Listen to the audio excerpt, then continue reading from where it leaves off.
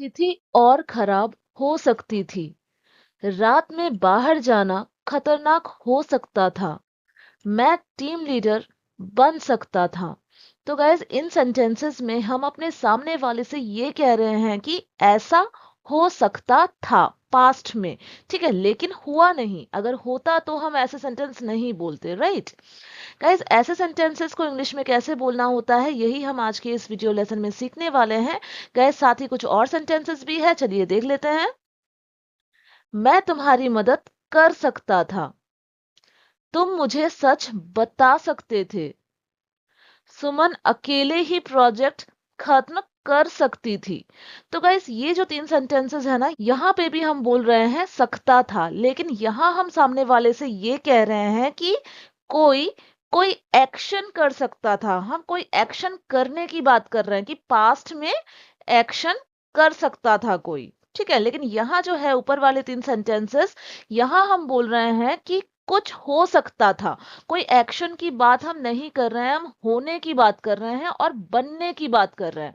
जैसे पहले वाले सेंटेंस में हमने बोला है स्थिति और खराब हो सकती थी, यानी कि जो सिचुएशन है वो और खराब हो सकती थी, हम ये बोल रहे हैं। कोई एक्शन हम यहाँ नहीं बोल रहे हैं। वैसे ही थर्ड वाले सेंटेंस में हमने बोला है मैं टीम लीडर बन सकता था। बनने की हम बात कर रहे हैं, कोई एक्शन करने की हम बात नहीं कर रहे हैं। लेकिन जो नीचे वाली तीन सेंटेंसेस है गाइस, यहाँ पे देखिए हम कोई एक्शन की बात कर रहे हैं कि कोई एक्शन कर सकते थे। ठीक है, लेकिन किए नहीं, किसी रीजन की वजह से, है ना। अगर करते तो ऐसा सेंटेंस हम बोलते ही नहीं। ठीक है, तो गाइस ऐसे सेंटेंसेस को कैसे इंग्लिश में बोलना होता है यही हम आज के इस वीडियो लेसन में सीखने वाले हैं। चलिए सबसे पहले देख लेते हैं ये ऊपर की जो तीन सेंटेंसेस है इसे कैसे इंग्लिश में बनाई जाती है और इसके लिए कौन सा स्ट्रक्चर फॉलो करनी होती है। तो गाइस ये वाली स्ट्रक्चर हमें फॉलो कर लेनी है। Subject plus could have been plus adjective या नाउन। गाइस सब्जेक्ट वो है जिसके बारे में हम बात कर रहे हैं, ठीक है। और जो हम बोल रहे हैं ना कुड हैव बीन, हम होने की बात कर रहे हैं कि ऐसा हो सकते थे या ऐसा हो सकता था। ठीक है, तो यहाँ पे बीन होने के लिए हम लगा रहे हैं। ठीक है, कुड हैव बीन। फिर क्या हो सकता था, अगर वो एडजेक्टिव है तो एडजेक्टिव लगा लेनी है, और अगर कोई नाउन है तो हमें उस नाउन को यहां मेंशन कर लेनी है। ठीक है, तो सब्जेक्ट वो जिसके बारे में हम बात कर रहे हैं, फिर कुड हैव बीन हो सकता था इसलिए, ठीक है। और क्या हो सकता था, एडजेक्टिव है तो एडजेक्टिव, नाउन है तो नाउन, हमें यहां पे यूज कर लेना है। अब चलिए गाइस बेटर अंडरस्टैंडिंग के लिए एग्जांपल्स के साथ समझ लेते हैं। पहला एग्जाम्पल है स्थिति और खराब हो सकती थी। तो गाइज यहाँ हम किस चीज के बारे में बात कर रहे हैं, स्थिति के बारे में बात कर रहे हैं ना। तो स्थिति का इंग्लिश क्या होता है, सिचुएशन। ठीक है, तो कैसा हो सकता था और खराब हो सकता था, तो इसे हम इंग्लिश में कहेंगे the situation could have been worse. कैसा हो सकता था हम बोल रहे हैं, और खराब यानी कि worse. The situation could have been worse. तो गाइस होने की बात करी गई है, तो होने का जो इंग्लिश होता है वो बी होता है। थर्ड फॉर्म में हमें यूज करना है इसलिए बीन का हम यूज कर रहे हैं। ठीक है, तो पास्ट में जब भी हमें बोलना होता है कि हो सकता था तो हमें कुड हैव बीन इस फ्रेज का यूज करना है। ठीक है, अब गाइस अगर सवाल करनी है, अगर पूछना है कि क्या स्थिति और खराब हो सकती थी, तो हमारा सेंटेंस होगा could the situation have been worse। हमें could सब्जेक्ट के आगे यूज कर लेनी है, ठीक है, और have been वहीं रह जाएगा। ठीक है, तो सेंटेंस हो गया could the situation have been worse। क्या स्थिति और खराब हो सकती थी। अगला एग्जाम्पल, रात में बाहर जाना खतरनाक हो सकता था। तो हम पास्ट को लेके ये बात कर रहे हैं, हम कह रहे हैं कि रात में बाहर जाना खतरनाक हो सकता था, लेकिन हम ना पॉसिबिलिटी की बात कर रहे हैं कि यार ऐसा हो सकता था, हुआ नहीं। ठीक है, अब हुआ नहीं तभी हम ये सेंटेंस बोल रहे हैं।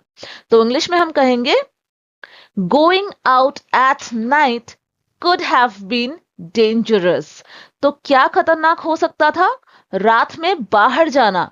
ठीक है, तो ये सब्जेक्ट है, going out at night could have been dangerous. ठीक है, तो हो सकता था इसलिए हमने ये वाली फ्रेज यूज की है, कुड हैव बीन। क्या हो सकता था, खतरनाक, डेंजरस। सवाल अगर पूछना है तो क्या रात में बाहर जाना खतरनाक हो सकता था, could going out at night have been dangerous. अगला एग्जाम्पल, मैं टीम लीडर बन सकता था। तो गाइज यहाँ पे होने की बात नहीं कर रहे हैं, बनने की बात कर रहे हैं। तो गाइज यहाँ पे भी हम जो अपना सेंटेंस है ना कुड हैव बीन के हेल्प से बनाएंगे और हमारा सेंटेंस इंग्लिश में होगा I could have been the team leader. I could have been the team leader. किसके बारे में बात करी जा रही है? अपने बारे में, मेरे बारे में, इसलिए सब्जेक्ट आई। फिर कुड हैव बीन, ठीक है, बन सकता था इसलिए। और क्या बन सकता था? Team leader, the team leader. ठीक है। सवाल अगर करना है, अगर पूछना है तो क्या तुम एक टीम लीडर बन सकते थे? Could you have been a team leader? Could you have been a team leader? तो गाइज आई होप आपको समझ में आ गई है ऐसे वाले सेंटेंसेस को कैसे इंग्लिश में बोलनी होती है, राइट? अब गाइज ये जो नीचे की 3 सेंटेंसेस है जहां पे हम बात कर रहे हैं कोई एक्शन कर सकता था इस बारे में, इसे कैसे इंग्लिश में बोलनी होती है, कौन सा स्ट्रक्चर इसके लिए फॉलो करनी है। तो गाइज ये वाला स्ट्रक्चर हमें फॉलो कर लेनी है, subject plus could have plus verb का third form plus object. Guys subject वो है जिसके बारे में हम बात कर रहे हैं, ठीक है। फिर कुड हैव का यूज करना है क्योंकि हम पास्ट की बात कर रहे हैं कि पास्ट में ऐसा कर सकते थे। फिर जो एक्शन कर सकते थे हम बोल रहे हैं उस एक्शन को थर्ड फॉर्म में यूज कर लेना है। फिर ऑब्जेक्ट का यूज करना है। अब चलिए एग्जाम्पल्स के साथ समझते हैं। मैं तुम्हारी मदद कर सकता था। तो कौन कर सकता था? एक्शन कौन कर सकता था? वो सब्जेक्ट होता है। तो यहां पे मैं है यानी आई। तो हमारा सेंटेंस होगा I could have helped you. तो आई कुड हैव का हमने यूज किया है, कर सकता था, इसलिए क्या कर सकता था? मदद ना। तो मदद यहाँ पे एक्शन है, थर्ड फॉर्म में यूज करना है, इसलिए हेल्प्ड। किसकी? तुम्हारी। तो यू हो गया हमारा यहाँ पे object. I could have helped you. इस टाइप का अगर हमें सवाल करनी है, अगर हमें पूछना है कि क्या मैं तुम्हारी मदद कर सकता था, ठीक है, क्या मैं तुम्हारी मदद कर सकता था, तो हम इंग्लिश में पूछेंगे इस तरह से, could I have helped you? Could I have helped you? देखिए कुड को हमें सामने लगा देनी है, ठीक है, उसके बाद सब्जेक्ट आएगा और उसके बाद हैव हेल्प्ड यू। ठीक है। नेक्स्ट एग्जांपल, तुम मुझे सच बता सकते थे। मतलब तुम जो सच बताने का एक्शन है ये कर सकते थे। तो यहां पे भी हम करने की बात कर रहे हैं एक्शन को। तो इंग्लिश में हम कहेंगे you could have told me the truth. You could have told me the truth. यहाँ पे सब्जेक्ट जो है वो कौन है? तुम, यू। फिर कुड हैव, फिर क्या कर सकते थे? सच बता सकते थे। बताना यहाँ एक्शन है, बताने का इंग्लिश टेल होता है, टोल्ड हमें यूज करना है। मी द ट्रूथ, क्या बता सकते थे? सच बता सकते थे। किसे? मुझे। You could have told me the truth. अगर सवाल पूछना है, क्या तुम मुझे सच नहीं बता सकते थे? गाइस ये वाला जो सवाल है ना, देखिए ये नेगेटिव है, ठीक है, ये नेगेटिव इंट्रोगेटिव सेंटेंस है। देखिए हमने यहाँ पे नहीं का यूज किया है। हम पूछ रहे हैं कि क्या तुम मुझे सच नहीं बता सकते थे? तो इंग्लिश में हम पूछेंगे couldn't you have told me the truth? Couldn't you have told me the truth? तो देखिए कुड के साथ हमने नॉट का यूज किया है, कुडंट वर्ड का यूज किया है, क्योंकि हम ये नेगेटिव सेंटेंस बना रहे हैं। नेक्स्ट एग्जाम्पल, सुमन अकेले ही प्रोजेक्ट खत्म कर सकती थी। ठीक है, मतलब उसमें एबिलिटी थी अकेले ही प्रोजेक्ट को खत्म करने का, कर सकती थी। तो इंग्लिश में हम कहेंगे Suman could have finished the project alone. Subject कौन है? कौन कर सकती थी? सुमन। तो सुमन यहाँ पे सब्जेक्ट है। फिर कुड हैव, क्योंकि बात पास्ट की कर रहे हैं, पास्ट में कर सकती थी हम ये बोल रहे हैं, इसलिए कुड हैव। फिर क्या कर सकती थी? खत्म करना यहाँ पे एक्शन है, तो खत्म करने का इंग्लिश फिनिश होता है, थर्ड फॉर्म फिनिश्ड। क्या खत्म कर सकती थी? प्रोजेक्ट। तो प्रोजेक्ट यहाँ ऑब्जेक्ट है। फिर अकेले ही हम बोल रहे हैं, इसलिए alone. Suman could have finished the project alone. अब अगर सवाल करनी है तो हम पूछेंगे क्या सुमन अकेले ही प्रोजेक्ट खत्म कर सकती थी? Could Suman have finished the project alone? Could Suman have finish the project alone? ठीक है। तो गाइस आई होप आपको समझ में आ गई है कि इस तरह के सेंटेंसेस को कैसे इंग्लिश में बनानी होती है और सवाल भी कैसे करके पूछनी होती है। अब गाइस ये वाला सेंटेंस देखिए, प्रोजेक्ट अकेले खत्म किया जा सकता था। ये जो सेंटेंस है ना गाइस, ये पैसिव वॉइस की सेंटेंस है। यहाँ पे हम देखिए कौन कर सकता था वो मेंशन नहीं किया है। यहाँ पे हम बस बोल रहे हैं कि प्रोजेक्ट अकेले खत्म किया जा सकता था। कौन कर सकता था हमने ये मेंशन नहीं किया है, तो ये पैसिव वॉइस की सेंटेंस है। तो इसे बनाने के लिए हमारा जो स्ट्रक्चर है वो ये है, subject plus could have been plus verb का थर्ड फॉर्म।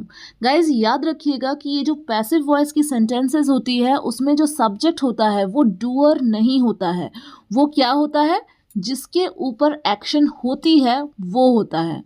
फिर गाइज कुड हैव बीन का मतलब होता है किया जा सकता था, ठीक है, तो कुड हैव बीन हम यूज़ कर लेंगे। उसके बाद जो एक्शन किया जा सकता था हम बोल रहे हैं, उस एक्शन को थर्ड फॉर्म में यूज़ कर लेना है। तो चलिए अब देख लेते हैं इस स्ट्रक्चर को फॉलो करके अपने ये वाली सेंटेंस को हम कैसे इंग्लिश में बनाएंगे। The project could have been finished alone. ठीक है, कौन कर सकता था, देखिए हमने मेंशन नहीं किया है, किया जा सकता था, इसके लिए हमने कुड हैव बीन का यूज करना है। क्या किया जा सकता था, खत्म किया जा सकता था बोल रहे हैं, इसलिए फिनिश का थर्ड फॉर्म फिनिश्ड। ठीक है, अकेले ही बोला जा रहा है, इसलिए अलोन। और गाइज देखिए जो सब्जेक्ट है प्रोजेक्ट, ये कोई डूअर नहीं है, ठीक है, एक्शन को करने वाला नहीं है, ये वो है जिसके ऊपर एक्शन हो सकता था हम बोल रहे हैं। हमारा सेंटेंस इंग्लिश में हो गया, the project could have been finished alone. एक और एग्जांपल देख लेते हैं इस टाइप का, यह समस्या हल की जा सकती थी, किसके द्वारा, कौन कर सकता था, हमने इस तरीके से सेंटेंस को नहीं बोला है, हम बस बोल रहे हैं कि ये समस्या हल की जा सकती थी। तो हमारा सेंटेंस इंग्लिश में होगा, this problem could have been solved. This problem could have been solved.